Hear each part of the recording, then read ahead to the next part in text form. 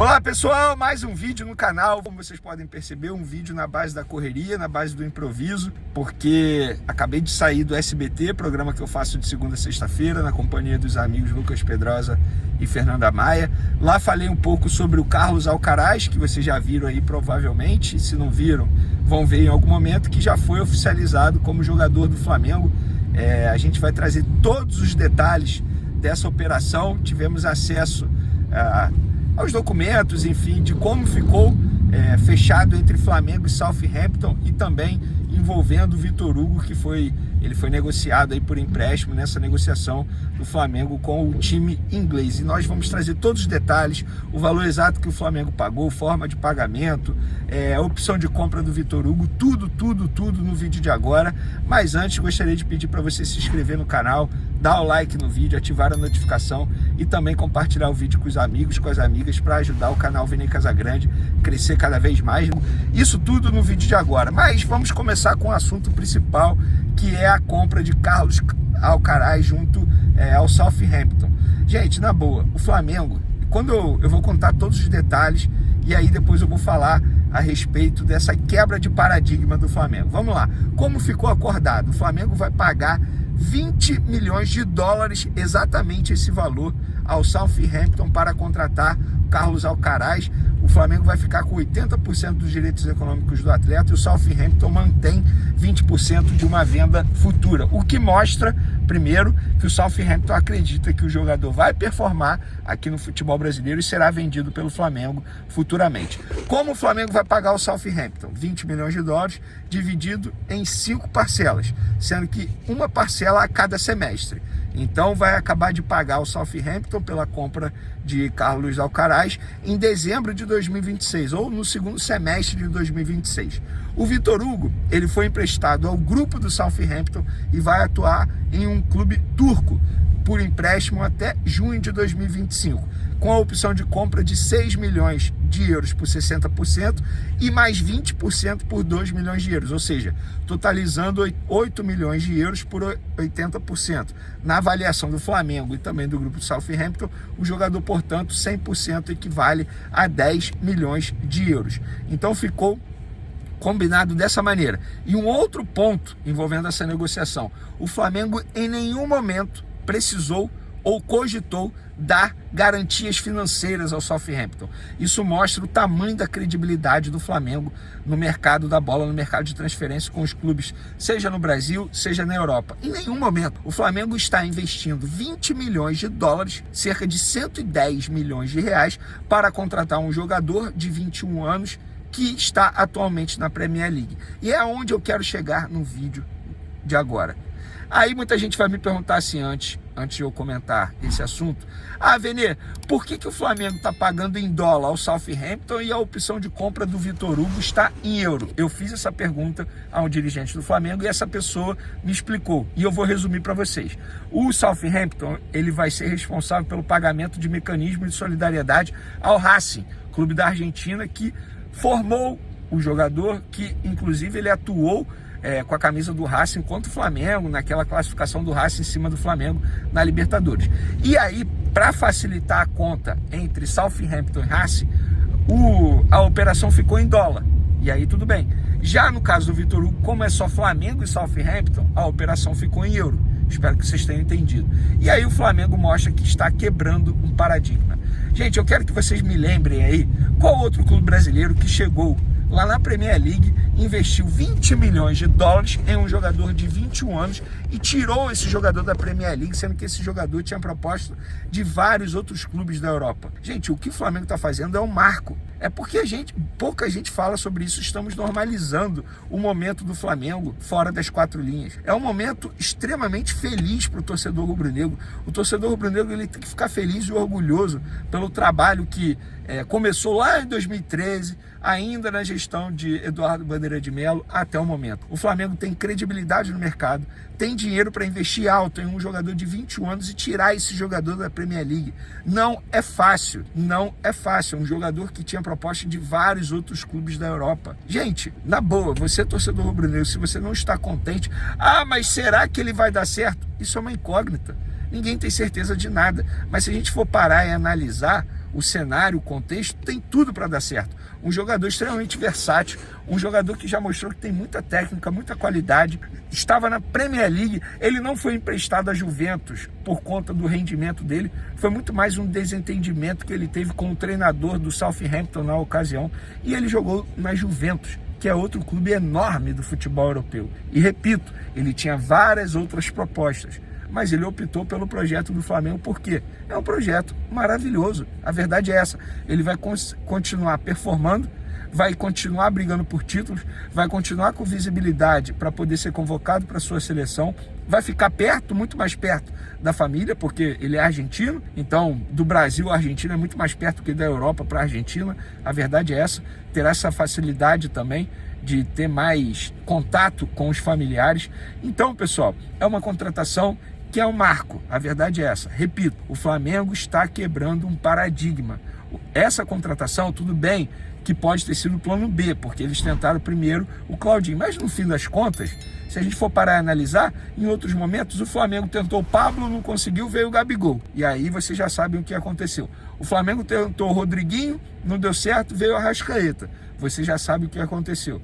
E agora o Flamengo pode ter tentado o Claudinho, não deu certo, veio o Carlos Alcaraz, que pode ter muito sucesso com a camisa do Flamengo. Então, torcedor, fique feliz, fique orgulhoso pelo atual momento que o Flamengo vive. Para finalizar nosso vídeo, pessoal, sobre o time do Flamengo que vai a campo daqui a pouco diante do Bahia. Muita gente pode não ter assistido o vídeo anterior que eu falei sobre o time. O Flamengo vai a campo com Matheus Cunha no gol. Sim, Matheus Cunha será mantido como goleiro da Copa do Brasil. Varela na lateral direita, Fabrício Bruno, Léo Pereira e Ayrton Lucas na lateral esquerda. O meio de campo sendo formado por Pulgar, Léo Ortiz, Gerson de la Cruz, Bruno Henrique e Luiz Araújo, os dois atacantes.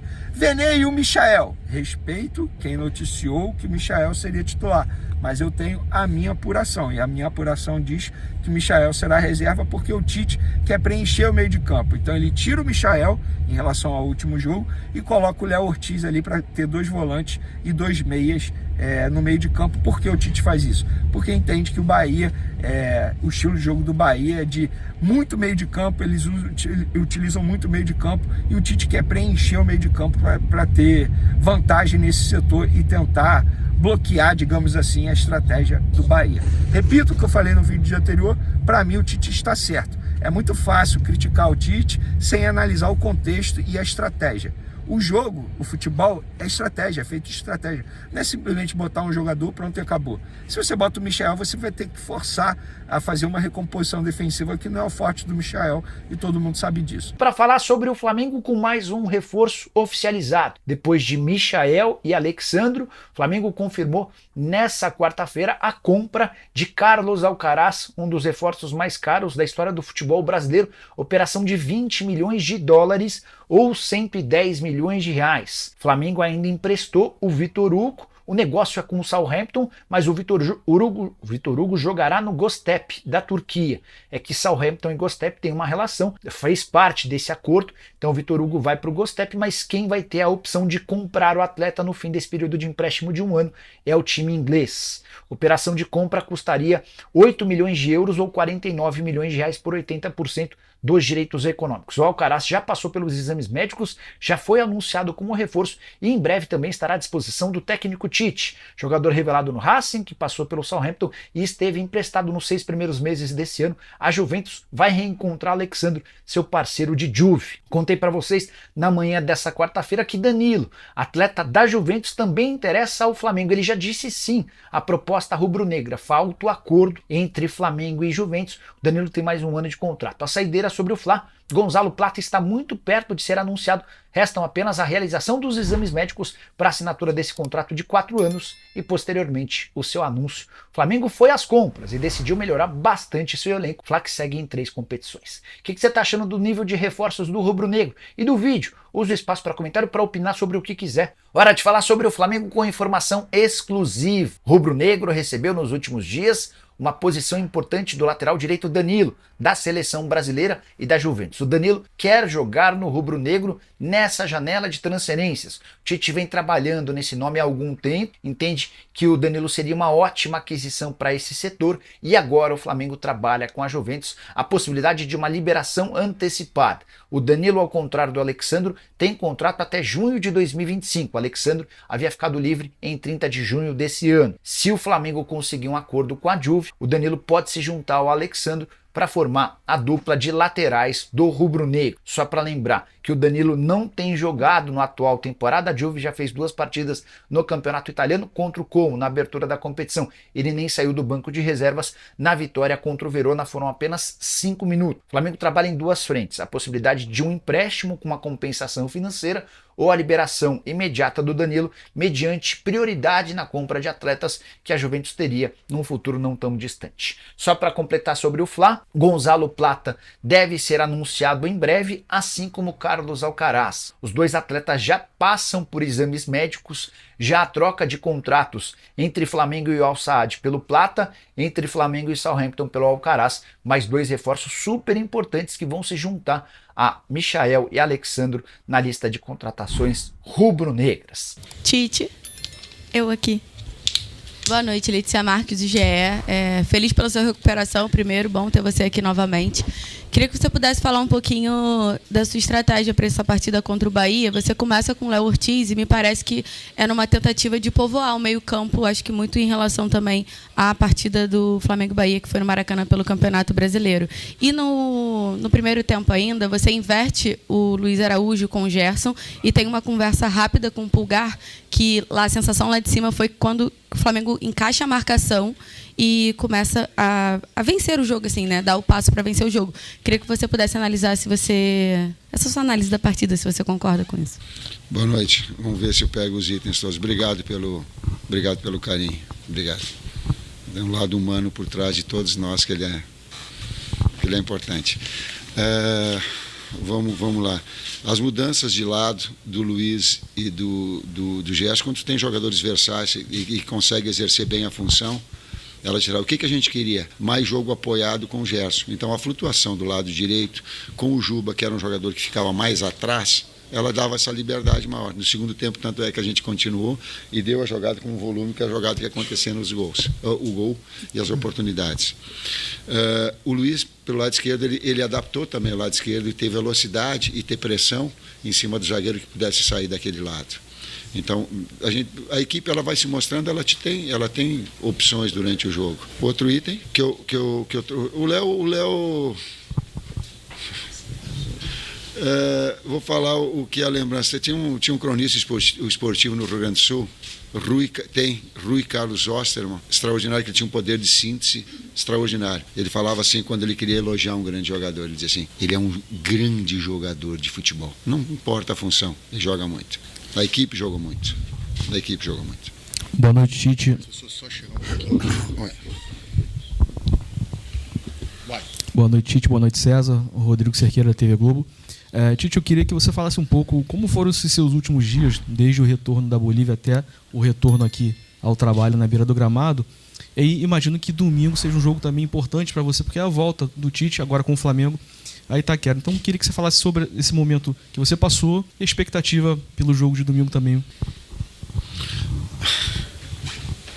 Dá para escrever um capítulo de livro ali, nisso. Pelo lado humano e que cada um passa, que o doutor passou. Para mim, eu sentia do doutor a responsabilidade, os cuidados, o diagnóstico. Ele queria saber o porquê e ficava perto na viagem toda comigo. Meu filho, eu pedi para ficar na minha frente, ele disse: não, eu quero ficar atrás. Eu me sentia cuidado deles e eu sentia que tomara que as pessoas deem ouvido à ciência. A ciência está aí para que a gente possa usufruir dela humanamente. Jogar em La Paz é muito difícil.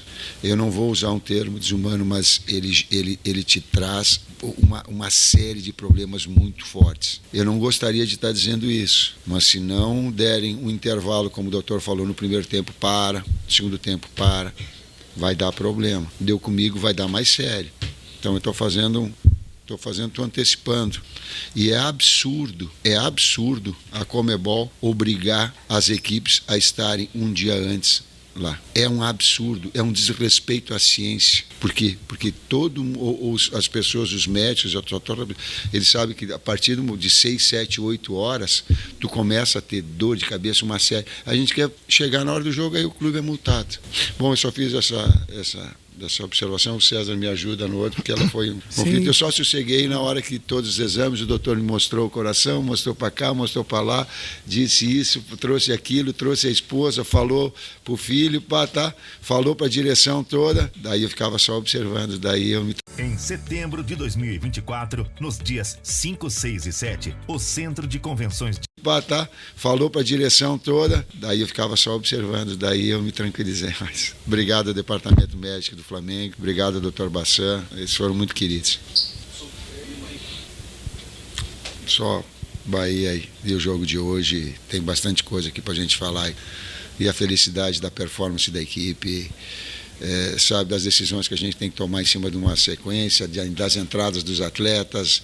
Hoje, de novo, a necessidade do Igor, que não vinha sendo utilizado, entrou bem. Daqui a pouco machucou um atleta, nós ficamos com 10 homens. A recomposição, o BH de 9. Cara, tem um monte de coisa legal aí. Ajuda aí, Sérgio.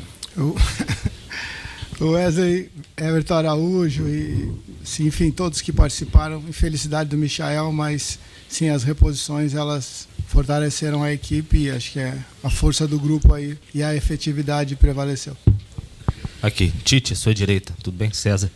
Boa noite, Pedro Torre, ESPN. Tite, hoje tivemos aí, provavelmente, não se sabe exatamente o grau de gravidade das lesões, certo? Que são lesões de Michael e também do De La Cruz. O quanto está te atormentando isso nessa fase que o Flamengo tem vivido de tantas lesões, um jogo decisivo, e quanto tem te influenciado no plano de jogo, numa estratégia como hoje, fora de casa, o Bahia, um time muito técnico, enfim, quanto isso tem influenciado no teu dia a dia no Flamengo? Obrigado.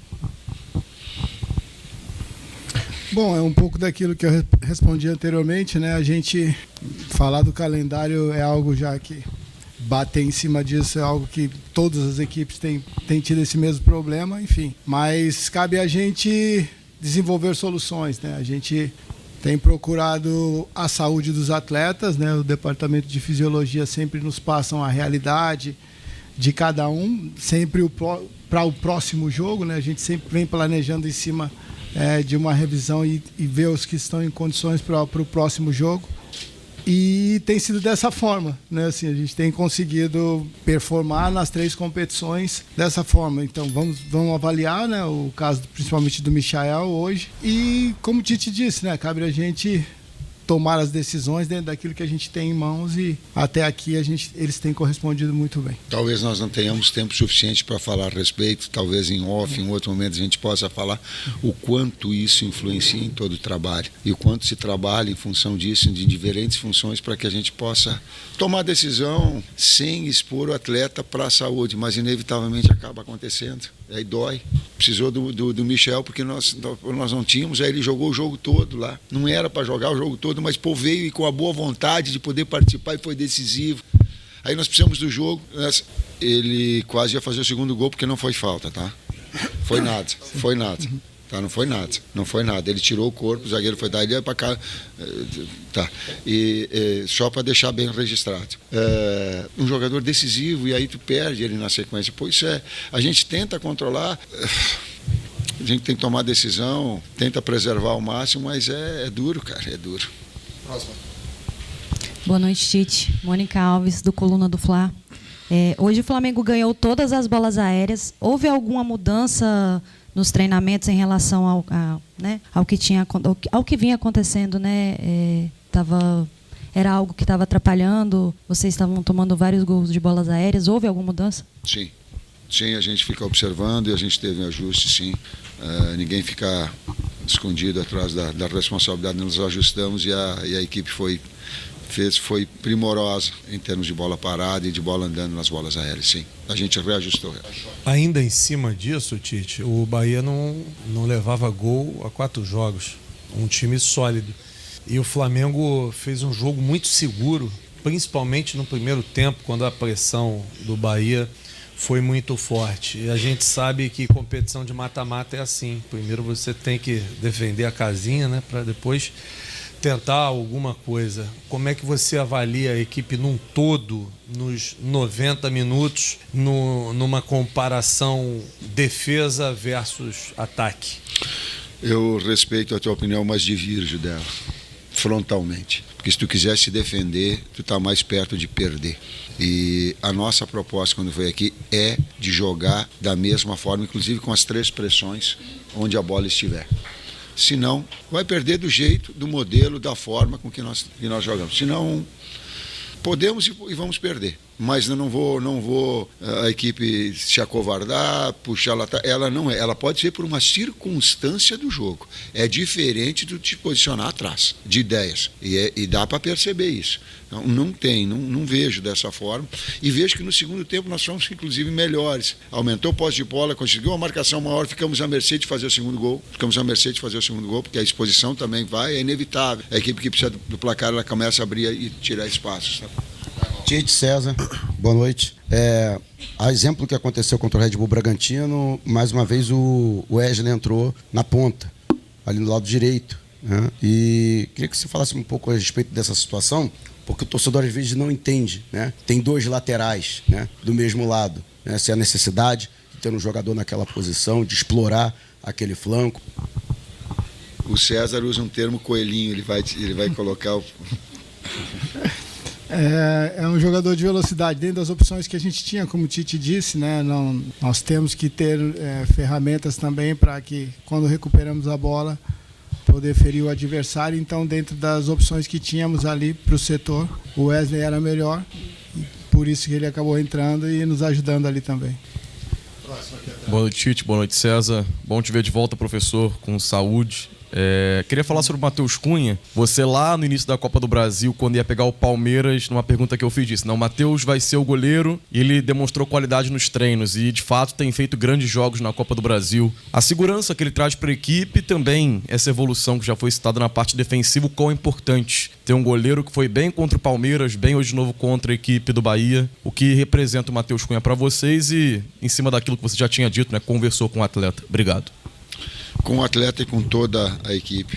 2 grandes atletas competindo de forma leal, eles elevam o nível técnico, eles elevam o nível. É assim, foi assim com o Matheus, foi assim nessa sequência de jogos. Um atleta que foi titular o ano passado e mostrou a qualidade dele toda. Aí Rossi fazendo um grande campeonato. E aí tu tem 2 atletas lealmente competindo e elevando o nível técnico. E aí tu fica com a tranquilidade de que a escolha que for, a competição que for, o desafio que for, eles estarão preparados. Sim. Boa noite, Tite. Boa noite, César. Obrigado pela referência. Aqui, Tite, canal Rafa Melo. Parabéns pela excelente vitória hoje. O Flamengo chega no momento decisivo na temporada, final do mês de agosto, vivo nas 3 competições. Eu sei que, professor, você não gosta muito de tocar nesse assunto, mas é inevitável nesse momento em que o Flamengo chega muito desfalcado, né? Seja pelo calendário, parte física. Eu queria que você abordasse os reforços que estão chegando, já é público, o Flamengo inclusive já anunciou 2 deles, além do Michael, o Carlos Alcaraz e também o Alexandro, nesse momento que vai ser determinante para o Flamengo e esse período precioso que o time terá, e você também, para preparar na data FIFA de setembro. Primeiro, enaltecer, e a torcida tem que passar o carinho para todos os atletas que, por vezes, entrando em funções diferentes, em função de todo esse número de atletas que saíram por lesão, seleção, e a gente manteve o padrão e, como tu disseste, nós estamos nas 3 competições vivos. E não está decidido que a gente tenha consciência exata, viu? Não é porque ganhou fora que a gente tenha consciência que... Não. E não estou fazendo média absolutamente. São jogos muito difíceis de ida e volta, que lá vai ter um grau de dificuldade, nós vamos precisar de torcedor muito forte para nos ajudar, como o torcedor do Bahia ajudou hoje o Bahia. E o grupo acaba inevitavelmente, em função dessa sequência de jogos, perdendo atletas importantes. por mais que a gente cuide. O problema do Vina, é o problema do Cebolinha, que nós perdemos para a temporada toda. Não foi para 2, 3 jogos, para a temporada toda.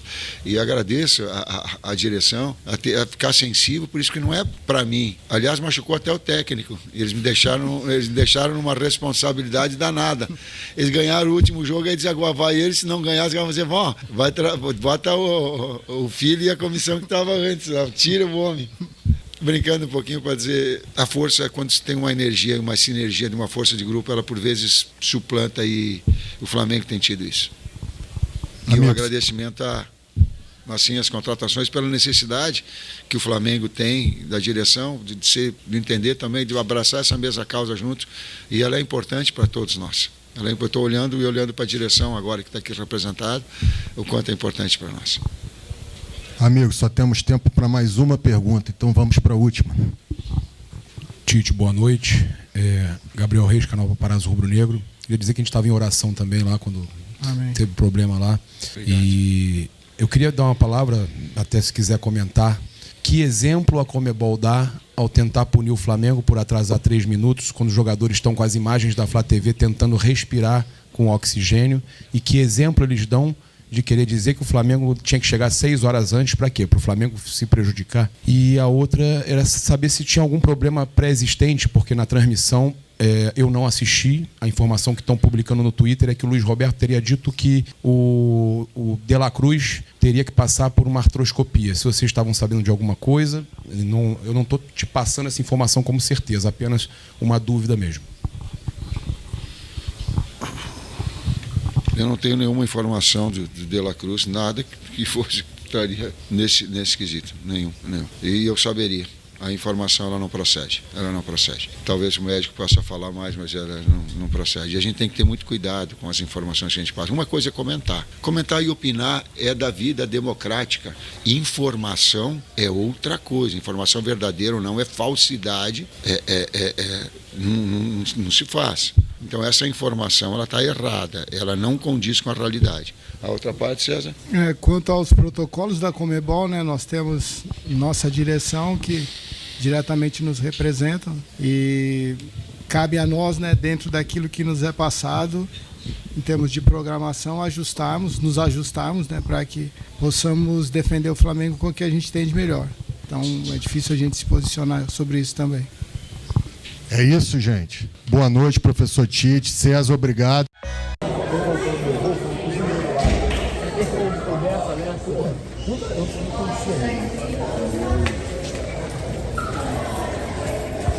E aí, meu corpinho? Como é que nós estamos? Yala? Vamos? Rapadura é doce, mas é mole. Melhor.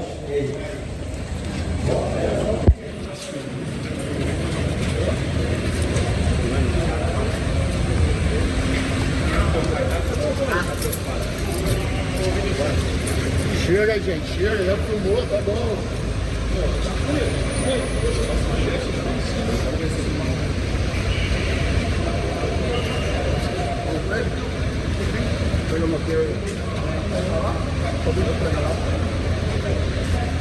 Rapidinho, gente. Oi. Como é que é pra você nesse revezamento aí? Vocês dois estão muito bem, os dois numa fase muito boa. Como é que é essa briga, vou botar entre aspas essa briga, uma disputa, assim, que acaba que não tem quando a gente faz esse revezamento. E aí acaba que só fica a coisa boa, é um ajudando o outro. Queria que você falasse um pouquinho sobre esse relacionamento e essa grande fase que os dois estão atravessando. Sim, a gente tá cada um faz boas partidas, né? O Rossi está muito bem também. Cada vez mais a gente coloca o sarrafo lá em cima para o outro evoluir. E isso é seguindo, isso os dois evoluem. Quando ele vai bem, eu tenho que trabalhar mais para ter minhas oportunidades. E quando eu vou bem, ele tem que trabalhar mais para ter as oportunidades dele. É seguir trabalhando da mesma forma, os dois trabalham muito. E isso é bom para o clube, bom para todo mundo, bom para o Flamengo. Queria que você falasse da sua atuação hoje. Foi muito elogiado na rede pela torcida. Defesas difíceis, atuação segura. Queria que você falasse aí da responsabilidade de ser o goleiro da Copa do Brasil. É muito gratificante, isso mostra o meu trabalho no dia a dia. Eu não sei há quanto tempo eu estava sem jogar. mas isso mostra quanto eu trabalho no meu dia a dia e pude ajudar a equipe com boas defesas, 3 boas defesas, e conseguimos um resultado muito importante para o jogo da volta. Você fez uma sequência de defesas difíceis. Qual, na sua opinião, foi a mais decisiva? A cara a cara, acho que foi o Jean Lucas que saiu cara a cara ali comigo, né? A gente usa técnicas que outros países usam também. A gente vai tentando evoluir conforme o tempo, né? Antigamente goleiros não usavam essa técnica de fazer o X e eu costumo fazer. E graças a Deus pude realizar a defesa e sair com a vitória. Matheus, foi um jogo muito a la Tite, assim, um time que soube se suportar defensivamente a pressão do Bahia, conseguiu 1-0, enfim, sai fora de casa com essa vitória importante, bem aquele jeito Tite que todo mundo conhece, né? Sim, foi um jogo muito difícil. A gente sabia que o time do Bahia é muito bom, muito bem qualificado. Tanto é no jogo do Maracanã lá, quando a gente saiu vitorioso por 2-1, um time que deu trabalho pra gente, que gosta de ter a bola. Mas sabemos marcar bem.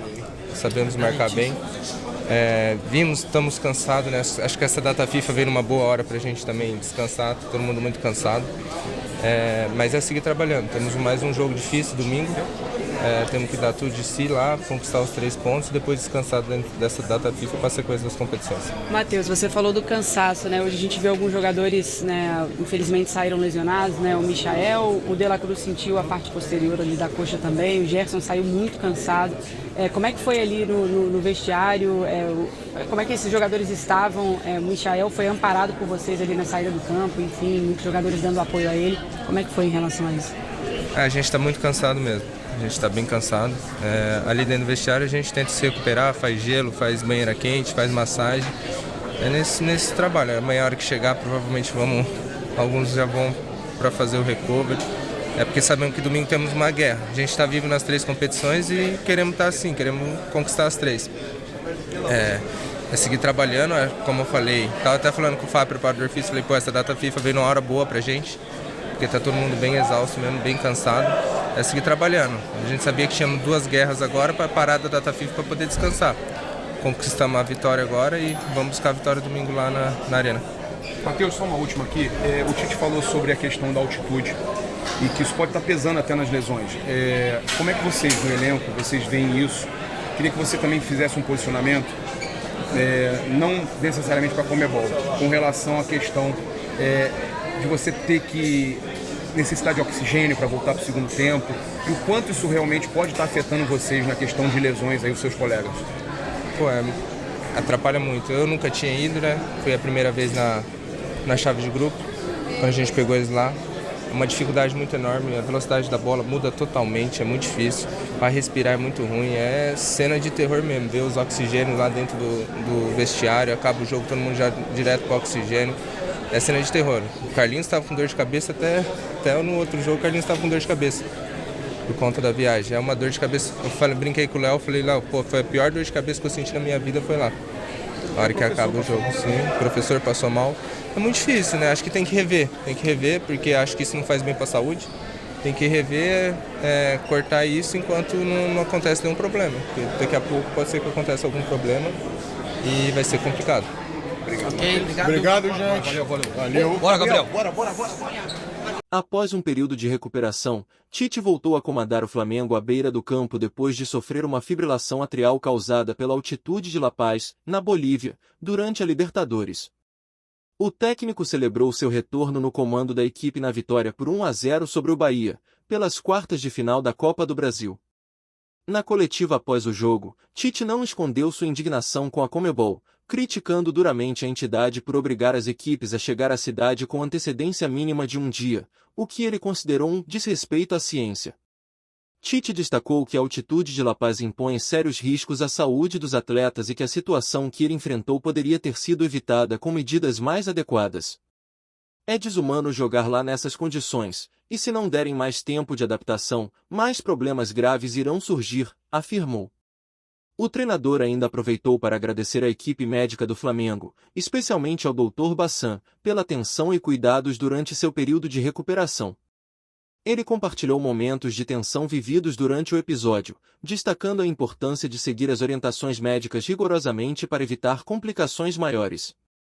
Tite deixou claro que sua experiência deveria servir como um alerta para a Conmebol reavaliar suas diretrizes, dando ênfase à necessidade de priorizar a saúde dos envolvidos nas competições. Além das críticas à Conmebol, Tite comentou sobre a performance da equipe na partida, destacando a importância da vitória e a atuação decisiva de Bruno Henrique, que garantiu a vantagem para o Flamengo na luta por uma vaga na semifinal da Copa do Brasil. Ele elogiou a flexibilidade tática da equipe, mencionando as mudanças de posição de jogadores como Luiz Araújo e Gerson, que contribuíram para a dinâmica do jogo.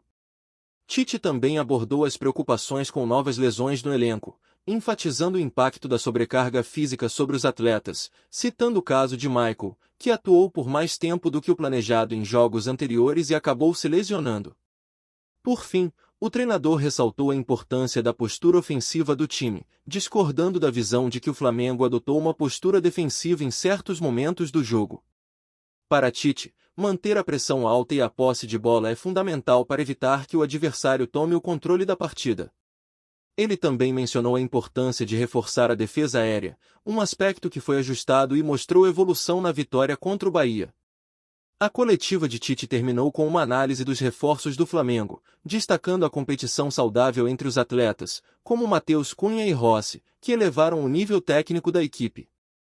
Tite finalizou agradecendo à diretoria do Flamengo pelo apoio e pela sensibilidade em lidar com as perdas recentes do elenco, mostrando otimismo para os desafios que ainda estão por vir na temporada.